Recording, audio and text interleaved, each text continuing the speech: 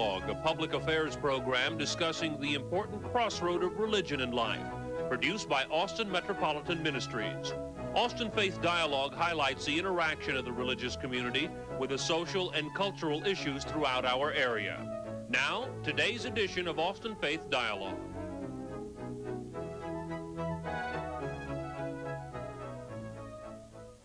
Hello, I'm Richard Thompson of Austin Metropolitan Ministries, welcoming you to this edition of Austin Faith Dialogue. And today we're going to have a great opportunity to survey one of the great resources in the Austin metropolitan area, and that is the National Wildflower Research Center. Since 1982, it's been a blessing to our community and indeed to the world. Since Lady Bird Johnson helped start this, and in fact was called the founding mother of the National Wildflower Research Center, it's become increasingly important from a research standpoint, an education standpoint, and from the standpoint of the stewardship of the earth. Today we have with us Flo Oxley, who is on the staff at the center. And Flo, we welcome you. Thank you for having me. And look forward to having you share with our viewers something of what you do there and what the center is about. Glad to. What is your official position? I am the Public Programs Manager and Senior Botanist, which always kind of makes me giggle because I'm the only botanist out there, so I'm sure that that's some reflection on the age. There's not even a junior botanist. No, there isn't. Now, there is a head botanist who is David Northington, but he's kind of more of an administrator than an actual flower picker, so. Yeah, we were privileged to have David as the director of the center on our program several years ago, and since then, of course, you've made a move from one part of the area to the other. We sure have. And we'll see a little bit more about what that has meant, but first tell us just about what the center has always been about. The center's primary mission is the preservation and reestablishment of North American native flora in planned landscapes. Now, what does that mean? It means we want people like you and me to plant native plants in our yards and our gardens. They're not just weeds anymore along the roadside. They're coming into their own. They are becoming very much a viable landscape alternative. So the actual application of your knowledge to people's everyday life in their homes is important to your purpose. Yes, very much. I know Lady Bird Johnson in her book Wildflowers Across America talked about the importance of wildflowers, not only here in this region, but everywhere. Why are they so important? Well, to begin with, wildflowers or native plants, and understand that the mission of the Wildflower Center addresses all flowering plants, and that includes the things we commonly call wildflowers, the bluebonnets, the paintbrushes, but we also look to preserve trees, shrubs, grasses, and vines. All of those plants flower, therefore they're flowering plants. They are very, very important from an ecological standpoint. They've been here for many, many, many, many millions of years. They provide the foundation for all life on Earth as we know it. They provide food, shelter, habitat, nesting areas for the indigenous wildlife. They have an inherent value just in being where they are, plus things that are important to us. I mean, they define us as social creatures. They define our culture. They give us a sense of place. They define the region that we live in. It was very interesting. A couple of years ago, I went home to California to visit my parents. I got lost. I was driving around in my neighborhood, and I got lost, and I got stopped for a minute and thought about it. It's like, my goodness, all of these yards are exactly the same. It didn't matter, what street I was on. It looked like the street I should have been on. Native plants give us a sense of regional identity. As Mrs. Johnson is fond of saying, you need to know, that you're in North Carolina or you're in Texas, or you can do that by looking at the plants. If you're in New England, you see the fall colors, you know that you're there. So that regional sense of identity, that cultural, that social identity that we have, a lot of it comes from nature. Well, I have a sense that there's a growing awareness of this, that I don't know how you measure this kind of consciousness raising that you're involved with, but my hunch is that there's more of it now even than there was in 1982 when the center started. The growth of interest in this area has been absolutely tremendous. It is becoming the norm. David Northington was telling a story the other day about how he decided to get in his car with his camera and go around and photograph landscapes around Austin. He picked a neighborhood just, you know, at random and drove around, and what he found was that the native landscapes were more numerous than what we traditionally, you know, the traditional landscapes. We believe that 20 years from now, the traditional landscape, the one with the St. Augustine grass, the photinias, the non-native shrubs, non-native flowers, will be a thing of the past, will actually be more of a museum relic kind of thing. You'll find them in botanic gardens and arboreta, and that the native scaping, which is what we prefer to call gardening and landscaping with native plants, will become the norm. Well, will it become the norm because of water, because of economic factors? What would lead us toward that? I think it's a combination of those things. First off, people are becoming more and more environmentally aware. It's becoming important to them to protect the environment. Native plants allow you to do that. When you use native plants in your gardens and your landscapes, you don't have to water as much. So you're saving that resource. A lot of people don't understand that there is a finite amount of water on the planet. Right. There's not as much chemical application. You don't have to fertilize native plants. They come with their own built-in herbicides and pesticides, so you don't have to apply those chemicals to protect the plants. It's a win-win-win situation. And then, probably most important of all, they're beautiful. They're absolutely beautiful, and they bring a lot of aesthetic pleasure to people. I see. I think to make a little bit of a transition from just the verbal analysis to get the feel of it and directly, let's take a look at some of the plants that you brought. Just tell us about these. This one is a Maximilian sunflower. Now, one of the things that we battle constantly at the center is that people have this perception that the only time flowers bloom is in the spring, and that the only wildflowers there are bluebonnets. And that's not true. I invite you to come out to the Wildflower Center because we are drop-dead gorgeous right now. This is one of the plants, Maximilian sunflowers. It grows over 6 feet tall. It's in full bloom. It's absolutely beautiful. The butterflies love it. People love it. It's a really nice landscape plant. Okay, now that's out there this fall. That's right. It's blooming right now. Okay. This one here, plants aren't necessarily always beautiful with blooms. I mean, they don't always have flowers, but you get some really pretty colors and textures once they go to seed or once they bear fruit. This is the American beautyberry, and as you can see, it's a real pretty purple fruit. It's a real nice accent plant to use in any yard or garden. Okay. And this last one, I think most people are probably fairly familiar with this. This is the purple coneflower. It's a member of the sunflower family. It's in full bloom right now, real pretty flower.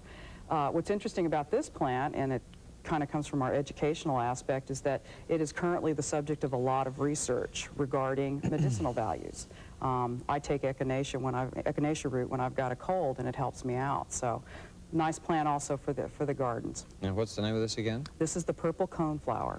Okay, and it has a certain kind of root that's helped when you have a cold? The root is believed to have some medicinal properties to it, and I can personally attest that it helps me when I've got colds. I see, all right.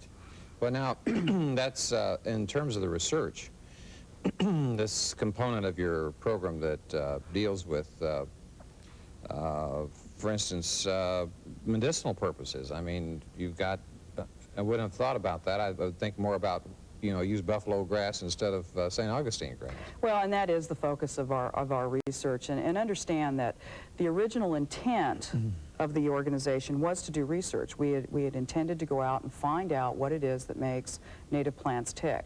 What we found, though, was that we were constantly being interrupted. People were coming out and tapping on the greenhouses going, what are you doing in there? And we realized that there was a real need for information. So the emphasis, the focus, if you will, has shifted from the research to education. Now, that's not to say that we're not doing research at the Wildflower Center, because we are.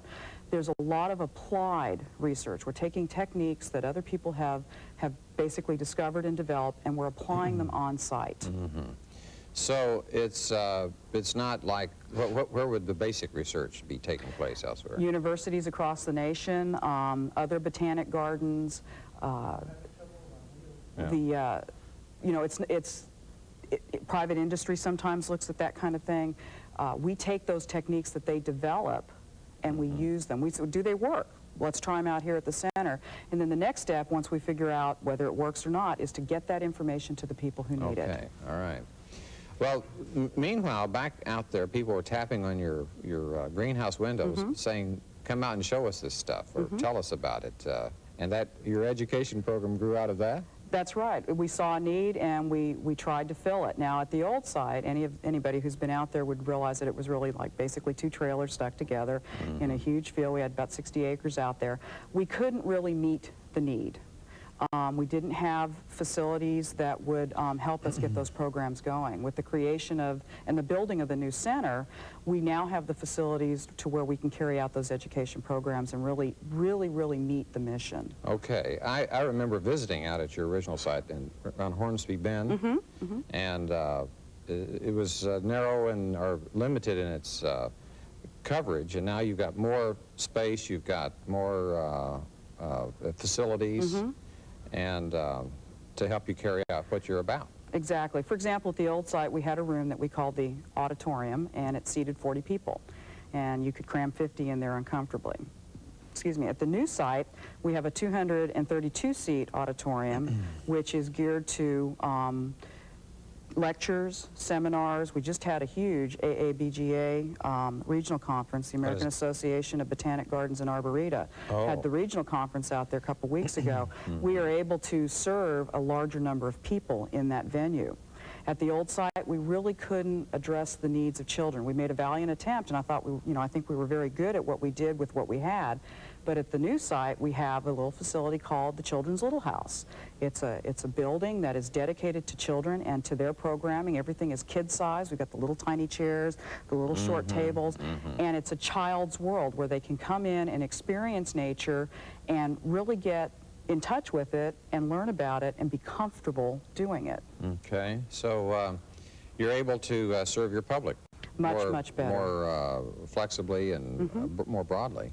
And among the folks who come to see you are those from the religious community in one way or the other? Oh, you bet. We've had, I guess, about 61 church groups come out since we've been open for the past 16 months, and it's definitely been a boon. We do offer docent-led tours. We train docents to lead those tours, and they come out.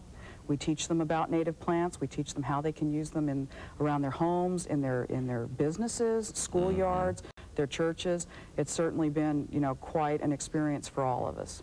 Okay, so I think in the second half of the show we'll come back a little bit more to the folks who have come to see you and the difference that this has made in both Austin and elsewhere. And I'd like to have you folks stay with us for just a bit to have a few moments to learn a little bit more about Austin Metropolitan Ministries, and then we'll be right back. Serving Austin means serving you. That has always been the primary goal of Austin Metropolitan Ministries. We are religion in action through the work of these organizations. Each plays a key role in making the capital city a better place to live, but we can't do it alone. Do you have some spare time, talents, or any resources that you can share? If you do, please call AMM at 472-7627, because serving Austin means serving you.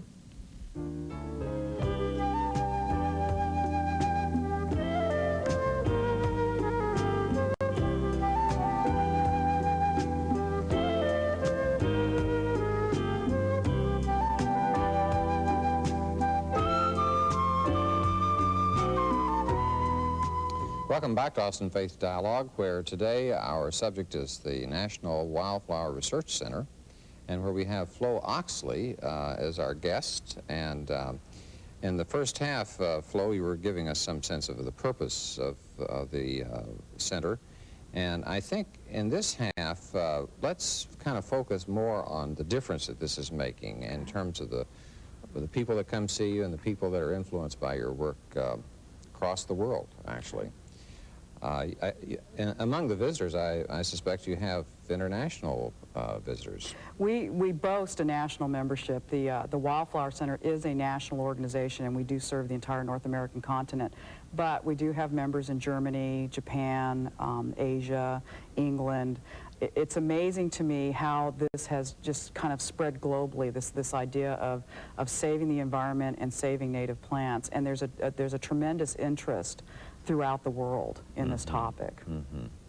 Do you have a counterpart to what you're doing here anywhere else in Americas or abroad? Not that I know of. As far as I know, the National Wildflower Research Center is the only environmental organization that is dedicated exclusively to the preservation and reestablishment of native plants. Mm-hmm. Okay, so you are unique in that regard. We think so. As far as you know. Mm-hmm. When someone arrives on the property there, and you kind of take Mopac to the end, to the south end, and right, tell us how you get there. Well, you take Mopac south almost as far as you can go, and you're going to turn left you're going to cross Slaughter Lane. It's the last major thoroughfare before you get to us. Cross Slaughter Lane, go left on La Crosse, and cross back over on North Mopac. Don't get on it, but cross over it. And you'll be able to see the center once you get on La Crosse Avenue. The tower will be on the right, and you'll be able to see some of the visitors gallery. I see. We have a bit of a map or design here of your place. Let's see what we can make out from that. Okay. To my right, to the right, it would be the entryway, and as you come into through the parking lot, you'll enter this this walkway going past an entry cistern, which is part of the water harvesting system, and walk through what we call the veil of trees. Now, these were trees that existed on the site at the time that we bought it, and were intended to remain there and did remain there throughout construction. We nestled the construction in amongst the existing vegetation. You'll enter into a main courtyard, which is that center part there where there's the focal point of that place is the spring. And then as you move through the center, you'll go through back into the theme gardens, where we have theme beds that demonstrate different types of plants, and also the homeowner comparison gardens. We are in the process of doing a little bit of basic research out here, and these gardens are metered to keep track of the water that we use to keep them up. We're also keeping track of how much time and effort spent mowing, if we have to apply any fertilizers or herbicides. And what we have back here are 3 types of gardens. There's one that's a traditional landscape with St. Augustine grass, photinias and whatnot. Okay. Then there is a second garden in the same exact design, only we use native plants. And then the third garden is a little, you know, if you like things a little more wild, less formal. There's a third garden with native plants. And what we're doing is we're tracking how much time and effort and money is spent on maintaining those. And that information, I think, will be available to the public by the end of the year. Okay. Let's take a look at also your number out there, how people can get a hold of you. And I think they can put this up on the monitor as well, just as a point of reference. It's 292-4100. Right. If you need any more information, give us a call out there, or if you'd like to, write to us at the address 4801 La Crosse Avenue, Austin, Texas 78739. Okay.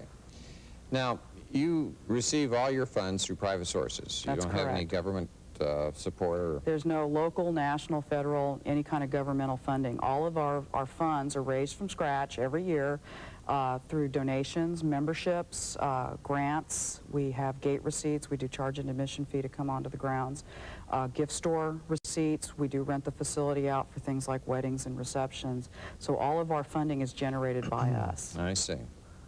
And you've been able to raise enough funds to make this move that was a rather major investment. Well, that was a totally separate campaign. It was we had a capital campaign, and we raised the $9.7 million needed to buy the land and build the facility, and we own that facility free and clear. I have to say, Flo, that at the time that transition was being made, there was some controversy about the center moving over the Edwards Aquifer, and ironically, the center, which stands for ecological responsibility and improvement and conservation and all, seemed to be raising a risk for where you put in there. Give us a little bit of a sense of what was involved there and how accurate that was.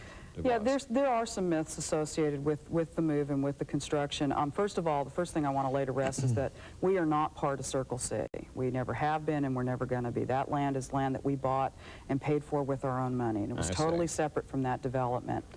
And yes, it was a very sensitive time for us when we began the project. I started at the Wildflower Center about 5 years ago, and when I got there was a real dilemma for me, both from a moral standpoint and from an ethical standpoint. I had a little difficult time trying to decide, do I want to be with an organization that's going to build on an environmentally sensitive area? But having been part of the planning and having been part of the staff that made a commitment to doing the right thing and to doing it right, I decided I was going to stay and make sure that it happened right. And I want to tell you, it has. We are a model for the nation on how you can build in environmentally sensitive areas and do it right. We have had, I'm not going to say we haven't had an impact on the ecosystem. I mean, you certainly have. We've gone in and changed it some. But it's been the absolute minimum, and come out and see that ecosystem is thriving. It is very, very healthy, and one of the things that we've noticed out there is the wildlife.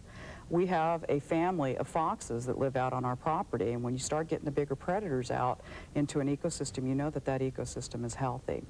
The basic philosophy was that we wanted the center to be part of the landscape. We didn't want the landscape to be part of the center.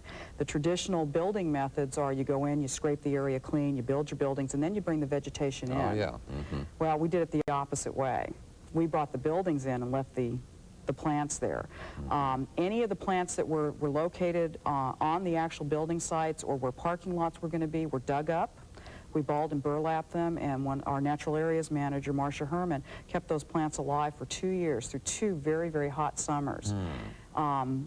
We lost 1 tree about that big around that was mulched up and is being recycled in the gardens.